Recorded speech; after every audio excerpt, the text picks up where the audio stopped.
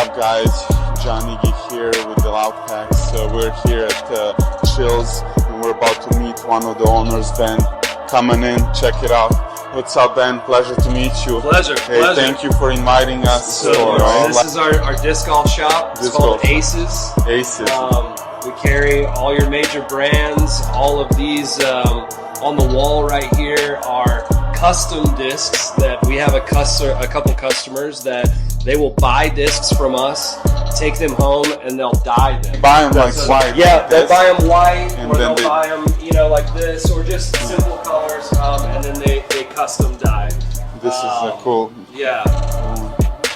Yeah, it's really, really cool. So it gives buying and selling discs and dyeing, and then it also gives our customers some really interesting one-off options. I love it. Yeah. So you walk in, we've got all the discs, two windows into our bedroom, which is a little empty right now.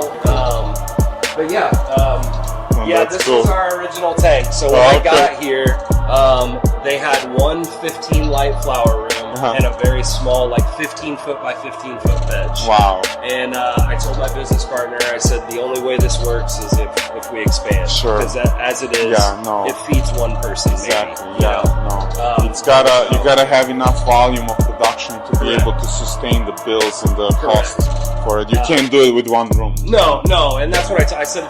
There's guys that have a 15 lighter in their garage. Exactly. It's a hobby at that point. Yeah, it smells so clean. Yeah, thank you. That's the idea. That's the idea. Because the bugs are ultimately one of the biggest problems, you know what I mean? And bugs and pathogens. You eliminated a lot of that with not having salt, just having cocoa. Correct. This is some cherry or something. Yeah, melted strawberries. Melted strawberries. Yeah. You see, I know Very away. Very good. This is papaya juice on the left. Papaya juice. Strawberry pave on the right. Nice. Strawberry pave. Yep. And then you have these tables. You can just move them and access them. Access inside. This strain is actually being phased out. I already killed them all off. This will be the last run of it. Sure. What is this one? This is strawberry pave. Strawberry pave, yeah. For those that don't realize, it takes 2 years to test your genetics. Yes, Because even if you get the seeds or clones, by the time you mom them out, you cut the clones, you flower those, so it's always a long process. It's a long process, and it's always improving, eliminating some strains. Some stuff to be washed in here. So whenever you process for oils, this is called fresh frozen, right? Correct. Yes, we harvest. So it's gotta be. What we do is I have a group that comes in, and as I harvest plants, they're piecing it up, and then when they're done, I just keep feeding them plants. And so once they're done, it goes directly in the freezer. And then we send it out for testing because we have to test every step of the way. Every 15 pounds or something? Yes, we have to test basically at every stage. So we'll test the fresh frozen, we get a clean test back, then we can wash it. We test the hash, we test the carts, whatever, whatever final iteration. It's a little bit of a process, it takes a little bit, but it's the right things to do, it just for sure. If you're being serious, and you guys are obviously, you can tell you're probably already in millions of dollars, into this equipment. So it's you gotta comply and do the right steps. Either it's a hobby or it's a legitimate business. For sure. And ultimately, this is a legitimate business. Yeah, you got an ice machine because ice machine is RO ice, reverse osmosis ice. Yes. Oh, interesting. I didn't even know that something like that existed. For our washing, you have to clean ice. Interesting, guys.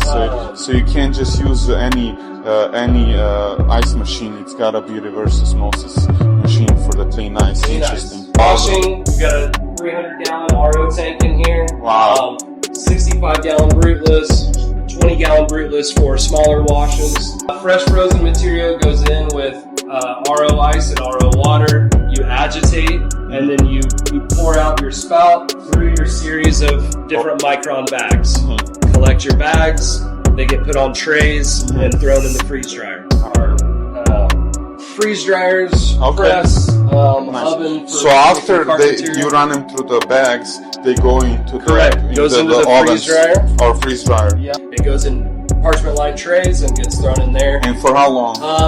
It depends on how much you're putting in there. Oh, okay. If you're throwing quite a bit in there, it might take 14, 16 hours, 18 hours. That's what I figured. What comes out of that freeze dryer is Bubble hash. Oh, okay. And so this is just isolated trichome heads of various micron sizes. And then this will get put in bags, in 25 micron bags, and then pressed.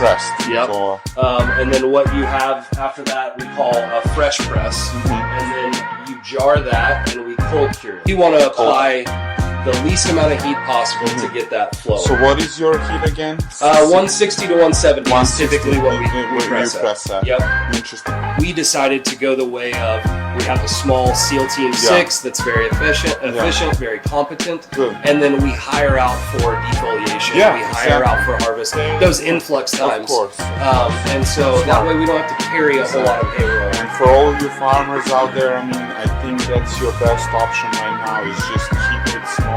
You know, the owners are gonna have to do the most work, maybe have one tank, and that's it right now. You know, tie it all up, tighten that belt, and you know, wait for the better times. Grind season, baby. It's grind season.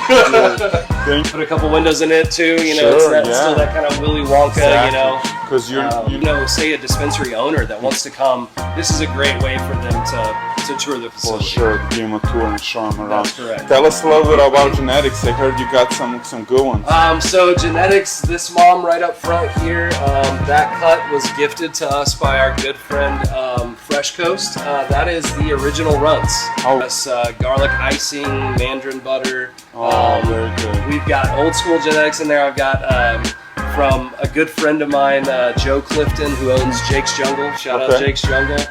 His ice cream cake. Oh, nice. When he first got into this market, that was the first genetics that he ran here. Wow. And so I still have that cut. A lot of cuts that we only run for hash because typically hash plants are more of a larvae bud structure, more surface area, which is what lends them to washing as well as head structure and all those things. They typically don't have bag appeal, you know, so drying a hash plant typically isn't advisable because it just doesn't look, you know, Mike smoked in this dispensary 5 years ago. He was one of the first dispensaries downtown.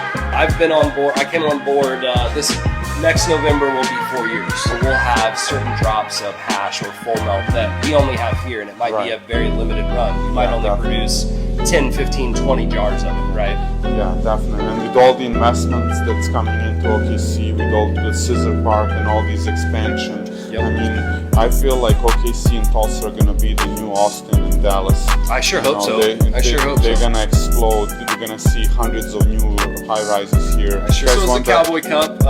We got third place this year for our rosin disposable for Apple Gas, which was another hunt that I did early on here.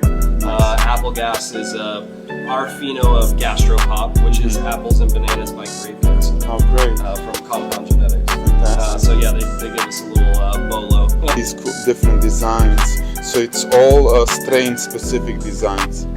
Truffle cake. This industry is going to create hundreds of thousands of new jobs for a lot of people out there. And thank you, Ben, with Chills. Thank you. You know, looking forward to seeing you again. And